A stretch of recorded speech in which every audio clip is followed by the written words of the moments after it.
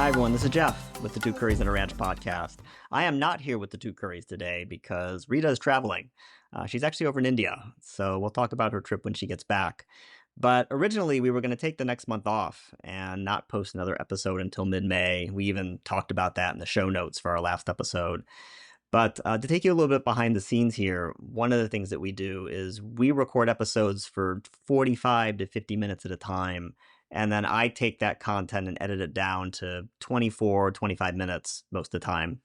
And so we have a lot on the cutting room floor. So what we thought we would do is put together an episode of the best of the outtakes from episodes 1 through 3 for you.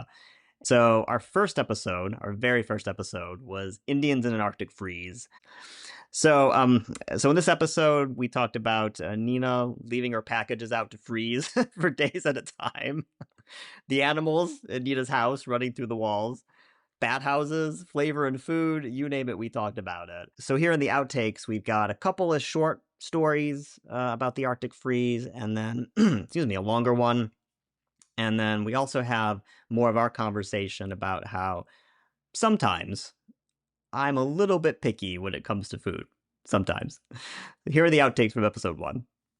I was so pissed at my dad. Like one day I was like, why of all places in America did you move to Chicago? Like you could have gone to Florida, California. He's like, no, Illinois Institute of Technology. My professor told me it's the best. Did he tell you that it was below 50 degrees with a wind chill and then you decided to go from there to Michigan? Like, I have family in Bakersfield, California, and they were like, "Oh yeah, we heard it's really cold there." It was super cold here today. I had to put on a jacket when I went on a walk. I was like, "I need you to come here and stand outside for 13 seconds and well, understand what real cold is." Well, the other day I called my sister in the morning. She's like, "So what are you up to?" Or we were texting and she's like, "What are you up to?" I'm like, "Oh, I'm going to go for a drive." She's like, "What?" She's like, "It took her husband an hour and a half to get to work and it takes him half an hour." She's like, "You're going to go for a drive?" She's like, "You're not going anywhere, bitch. Sit your ass down and try." Like, you don't just go for drives. And it's true. I do go for drives, and it's, like, stupid because there's so much, like, ice and snow, and, like, I'm like, "I'm gonna get into an accident on my leisurely drive." Like, the officer's gonna be like, "Where were you headed?" And I'm like, "I don't know, I was just taking a drive, and then I got I arrested just and want got to plug pissed up at me traffic for like a being an fucking idiot." asshole. So, like, you can't Plug up just take a traffic. drive, ma'am. You're mentally unstable, and there we go. Like, I'm sick. And then into the life of Nina. It's gonna be like, "You're taking a drive when it's, like, this snowy and icy and cold. Okay." "Ma'am, this is a snow emergency. Can you please return to your house and fucking stay there?" Is what you would have to say. Just listen to this bitch here. She's taking a drive, okay? She ran into that motherfucker while she was taking a drive. Next time you're here, Jeffrey, we're gonna have a taste test and we're gonna make you taste stuff that has flavor. Okay. I mean, I do like stuff with flavor, so I would be You a-okay don't with know that. what flavor. I don't think you know what flavor actually is. We are Indian. We are on a different level of Well, that's for sure. flavor. Like, Yeah. American food, like, I'm not talking about, like, Italian or German. I'm talking about Creole. yeah, I'm talking about American food has like, I stopped doing this, but I used to get those, food delivery things. They would give you a vegetable, not even put a pinch of salt on it. They boil the vegetable to death, and they give it to me on the side, and I'm like, "What am I supposed to do with this shit?" It tastes like carrots, I like mean, I mean, But wasn't that the goal? that's Wasn't the that the goal. point? Just put some butter and salt and something on that it. does that make them healthy, you weirdo? Yes, You doesn't put, that like, all of a a sudden little bit turn of them butter into on your 750 asparagus. calorie carrots? Like, you That put your little bit of butter on your asparagus, put a little bit of salt, like, make it edible for salt, I agree with you, but, like, I mean, macaroni and cheese has flavor to it. Macaroni and cheese? It's got Yeah, cheese flavor. Yeah, it's got cheese flavor. it's got flavor. So what are you saying is American food? Like a burger? A Steak hot dog? steak and, like, potatoes and, like, I don't know. I What don't kind know. of potatoes? I don't know, mashed potatoes or, like That has flavor. I mean, they're bland. yeah, That but sounds amazing, by the way. Steak and mashed potatoes. okay, whitey. I mean, what do you put on your okay, answer me this. What do you if you were cooking a steak, what spices would you put on a steak? So I'm not putting anything on it right now. But I can tell you, filet tastes fine without, tastes great actually, without anything. Salt? Pepper? Mm, Oh my god, Jeff, I can't with you. I I'm telling you, tastes cannot with now. you. Now other I cuts of cannot. meat, I cannot other do cuts of meat, not this. so much. Okay, this But is I oh, no. No. Absolutely not. Okay, if we're gonna talk about the difference between our cultures, we're gonna talk about the fact that we cannot eat plain things and meats and things without any kind of dressing on them. Like, when I eat steak, I get, like, chimichurri sauce. It's delicious, and I eat the steak because of the sauce. Like, the steak is just there as a means to get to the sauce. Most food is just a vehicle for chutneys. Yeah, A mm, chimichurri is like a mm. chutney, yeah. but that's I'm gonna go with that like in Italy is just a vehicle for a coconut chutney or a Oh, yeah, peanut chutney absolutely, or a absolutely. tomato chutney. A dosa is just a vehicle to get the bowl of chutney into your face. Yes, absolutely, absolutely, That's absolutely. Like, the number one thing about eating dosa in Italy is coconut chutney. Mhm. Hands Mm. down, Even hands bhel puri, like pani puri is just a way to get the pani into your face.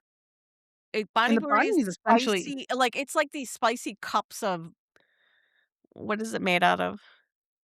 they're like little wheat puff balls. Little wheat cups or whatever, and you put this water in them that's spiced up. The water is so It's spicy. spiced water. It's like chutneyed water.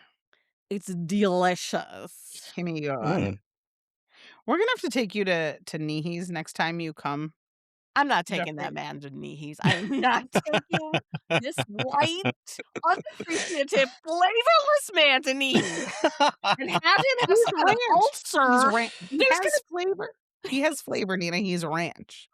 You need to have ranch for That's right. fries. What do you mean you don't put anything on your steak? Like, what is the point of eating it? Like, I don't get it. The cow, you like what cow tastes like? I don't get it. I don't get it. Oh my Some cows god. taste awesome. Some cows taste better than others. God. Oh my Yes, they god. do. No. So those are the outtakes from episode one. I just want to defend myself here for a minute. I think everybody's got their one thing that they're picky about. For some people, it's they only want to listen to certain kinds of music or watch certain kinds of movies. Some people only want a vacation by the beach or in the mountains or somewhere else. For me, it's food. I am willing to try anything, but I might not necessarily have it again. I might not necessarily go back to where I had it. And I think there is not a problem with that at all. Of course, the two Currys completely disagree with me and have for years, but I think that's okay. Our next episode was week long Valentine's madness. We talked about how women are like Christmas cakes, Nina's sky high dating standards, and how Valentine's Day actually goes on for a full week in India. Indian guys, I was feeling your financial pain there. I know you love your significant others, but that sounded like a lot of money to be shelling out. This was an interesting episode to record because we were actually more serious and philosophical if you listen to the full recording than you hear on the episode. When I edited down the episode, I kept all the funny parts, but I had to leave out a couple of the more philosophical discussions. So here in the outtakes, we've got a discussion about love and turning 50. At the end of this package clip, which is a bit of a longer one, we've got more on our discussion about arranged marriage. But in the middle, we do have a lighter convo about my upcoming, at the time, foray into speed dating. So here are the outtakes from episode two. I have a question for Rita. Rita, now that you are approaching the age of 50. Really? Do Really? you We needed to say believe that? in love? Do you think there is such a thing as love? How do you feel about that? I mean, okay. Do you wanna mm, I don't need there to be so much silence as as I try to come up with a PC but truthful answer. 'Cause I'm gonna go with sometimes. There's a Hmm. there's a thing called love sometimes for some people in some Yeah, circumstances yeah, at certain times of the day, certain mm, times of the year. pretty much. I mean, I feel like, yes, is there such a thing called love? Yes. Have I seen people do lovey-dovey things in their lives? Yes. Do I know people who are in committed, long-term, wonderful relationships? Finally, I actually have friends that are in those Few kinds and far between, people, few and far between. but they are there, and so I feel like I'm starting at the ripe old age that we are. I'm finally seeing examples of where love exists and can flourish. Oh, interesting. I mean, is that too serious for this conversation? I don't know, No, Jeffrey. I don't think so. I don't think it is. It just got a little deep. That's okay. I I'm a I'm a romantic, but I'm becoming less romantic as I get older, and I'm starting to understand that love. And what's funny is that I've been a cynic my entire life, and I'm kind of finally drifting towards, maybe there's love out there. Yeah, I think we drift maybe Mm. towards the middle, I don't know. What All about you, right. Jeffrey? Oh, I'd still believe in love. I think there's love out there for all of us. I think it's one of the great things about being our age. I think there's a I think what happens is, well, first off, I should mention to everybody, um, Rita is about to turn 50. Nina and I both have already turned 50. So I don't want you to be on an island, Rita. Um, so Do we're we gonna do really a have to talk about that though? Like, do we need to bring that up in this podcast? Like, we have a whole other episode where we're going to talk ugh, about that. But um, rude. but no, I think that love at our age is is different and can be different because I think when you're younger, you're always going towards marriage.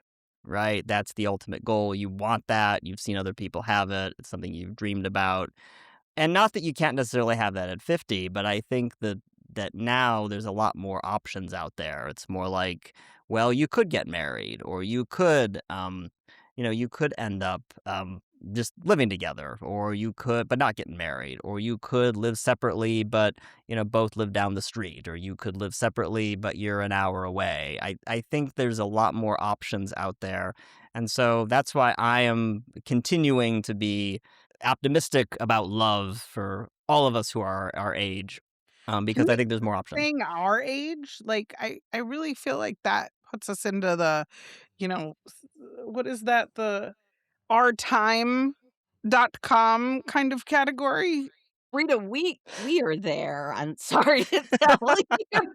I'm sorry to tell you that I take 50 plus multivitamins, and we are now in that category of 50 and above in I'm just saying, do we all. need to keep saying it over and over on a podcast?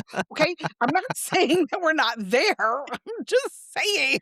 Well, you brought up our time. I don't use our time. I use other things because 'cause I'm not ready.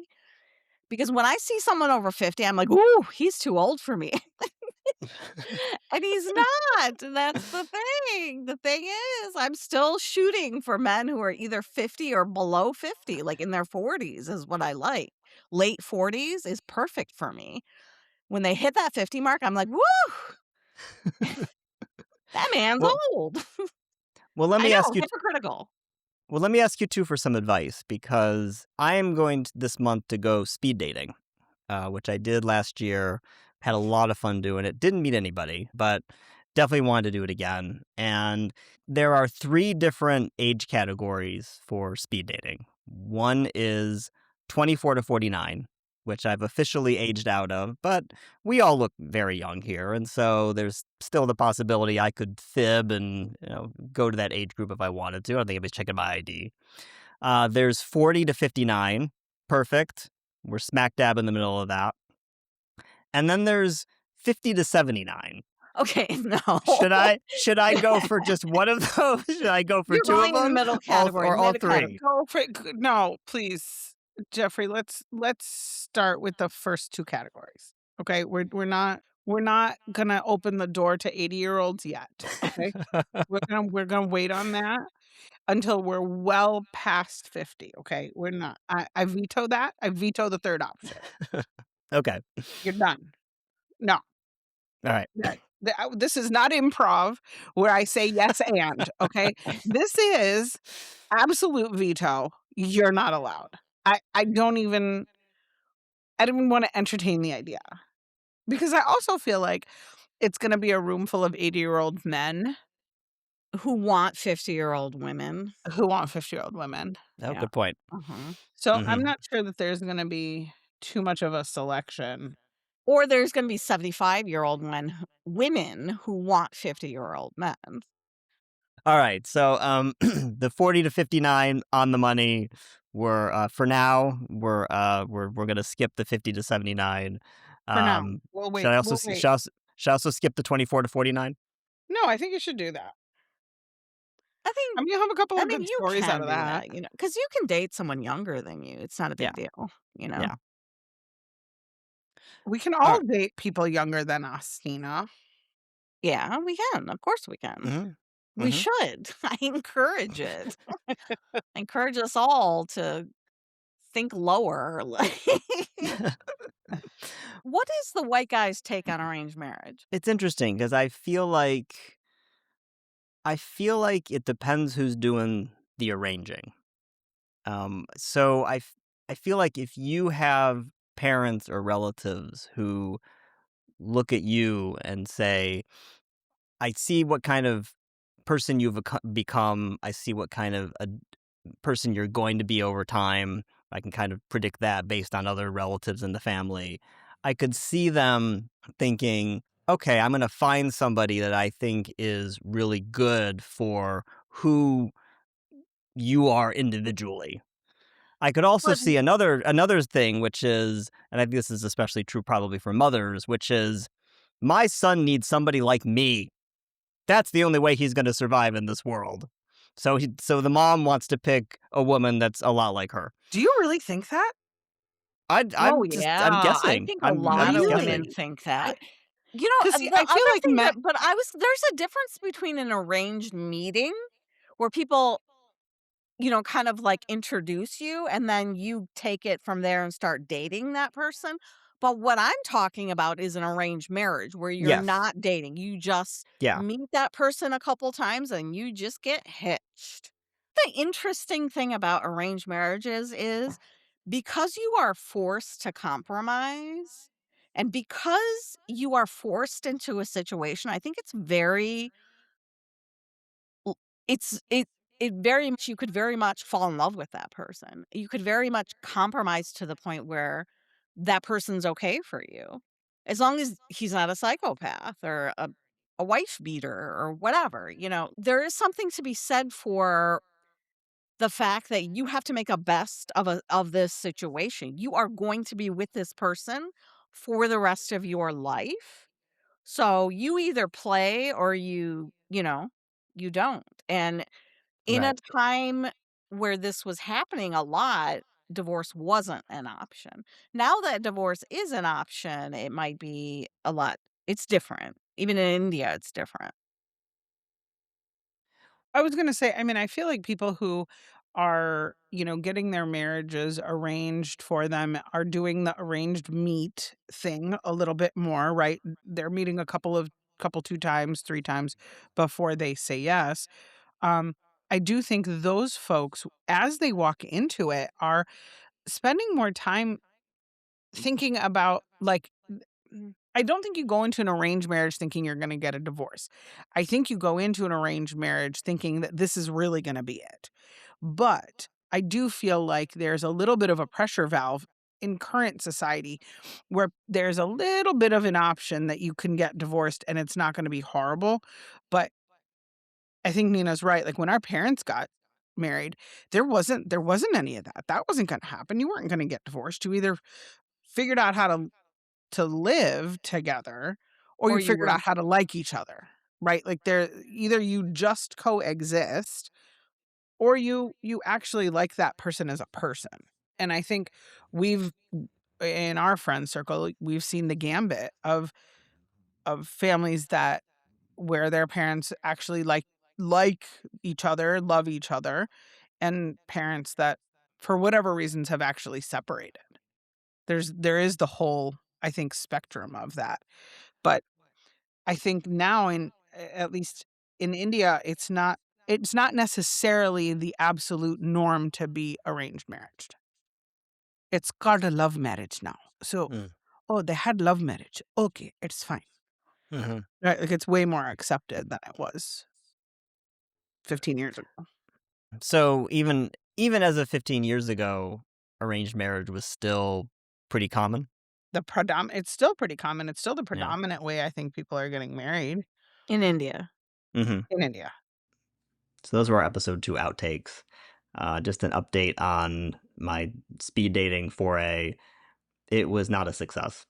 I met a lot of great women. It was a lot of fun, but there just wasn't a spark there, unfortunately, with anybody. But I do have another event coming up, and I'm sure we'll talk all about that on an upcoming episode. Episode 3 was about the TV show Heated Rivalry. All three of us had seen it, and we really liked it. We recorded this around the time that Connor Story was hosting SNL or was about to host SNL. The guys had just appeared on the Golden Globes as presenters. They were all over the place. So the show was at the peak of its popularity, and this was a really good time to record an episode about it. This episode ended up being 32 minutes long because I just couldn't figure out what to cut. So that does mean there wasn't that much on the cutting room floor on this one, but we do have some outtakes where Nina and Rita drool even more over these guys' bodies than they did in the episode, if you can believe that one. We have something else that I liked about the show that didn't make it into our podcast episode. And then we talked a bit more about the reception of Heated Rivalry in India. So here are the outtakes for episode 3. Can I tell you the thing that I actually haven't told you guys before is that I watched all of it on my phone. I don't feel like I actually missed that much on the phone, and we can talk about this some other time. I Now, don't think you missed anything. I mean, did I I didn't miss miss a a goddamn 24-inch thing on that. bicep? Huh? Yes, did I miss a 24-inch bicep? Yes. Yes, I missed that. I'll tell you, those biceps were clear on that TV. Biceps, triceps, whatever, man. Those hockey players, man, or whatever they are in real life. Oh my god. This is this is how Are Nina they gay like, in real life? Nina's Do we the know? actors? I Yeah, have the no idea. actors. I never looked it up, but I don't think Nina understands that part of why women watch sports is because of There's what. hot men. Yeah. Really? I did not know that because still you couldn't lure me into sports even if it was. I mean, you give me like whoever, it wouldn't lure me into watching sports. You gotta watch a game of rugby or 2, lady. Ilya and Shane had a male female dynamic to them where Ilya was this guy who was processing a lot of his emotions internally, and it was difficult for him to really state what he was feeling, and Shane was more often trying to say, "Hey, let's talk about where we are, let's talk about where we're going." And I just felt like that was another thing that was very familiar, and drew me in as something that I could identify with. That's And there was some interesting. kind I of didn't think about that sort of way that they were, developing the characters, because to me, it felt like 2 very male thought processes, right? But, you have the playboy boy and then you have the innocent intellectual boy. Yeah, Mhm. And yeah. to me, it wasn't like a quote male female, but I could identify with both parts of or both of the characters because one, I mean, I know a bunch of those frat boys, right? Like that Mhm. go to the club, we're just gonna not think about stuff. Everything we do is like this space of no thought, right? Yeah. Just action. Yeah. Whereas Shane to me was that opposite in the terms of He had more not feelings. overthinking, but thinking through things, Yeah. the more intellectual sort of He also I've was been to more therapy sensitive. side. I Mhm. feel like he was Yeah. more sensitive. I Oh, mean, not to and I think it's really good that they didn't put the male-female roles within the gay relationship. Like, it was just like, these are 2 individuals. Yeah, like, Shane was more sensitive, but he wasn't, like, girly or something. I mean, it wasn't, like, Mhm. playing that you know role what I thing. feel like he was? He was innocent. Yeah, Mhm. He felt very innocent to me, and I think that's what endeared me to him, Yeah. yeah. right? Like, I think in the beginning, I was like, "Ugh," right, to the frat boy. And like the sports boy, the sports ball person, whatever you wanna call, right? That kind of character. But I think the innocence that Shane portrayed was just very sweet and had a nice counterbalance. I don't know that your average housewife indoor is gonna be pulling this up on her screen, but, But maybe you we know, don't know the average housewife maybe we don't man know the indoor. average wife, right? But, like, Bangalore, right, where it's a melting pot of Indian culture and Western culture, and it's a huge megalopolis, right? Oh, how do you say that? Megapolis? No, I think you said it right, Megalopolis. Megalopolis, yeah. So, um, with so many people concentrated that have a lot of different viewpoints, maybe it's a matter of like, oh my god, look at what they're doing. This is really cool." And then it's just the cool factor, right? I mean, my family's still conservative, right? Like both sides of my family that are still in India are still very conservative. They have not left the towns that they are from very much. So, I'll have to ask around. Well, that wraps up our special episode for today. You can visit us on Instagram at Two Curries and a Ranch, the number two, Curries and a Ranch, all one word. We have a Facebook page. You can find the link for it in our show notes. You can email us at twocurriesandaranch@gmail.com. And Nina has a blog at ninacore.com, KUR.com. And she's been posting a lot lately. There's a lot of great new content on there for everybody to check out. We want to thank everybody once again for listening to us. There are 5 million podcasts out there. Literally, we looked it up. There are 5 million podcasts, and you're choosing to spend your time with us. And that is not lost on us at all, believe me. So we really appreciate you listening to us. Feel free to review and subscribe anywhere you get your podcasts. And I will talk to you again next time with the Two Curries here on Two Curries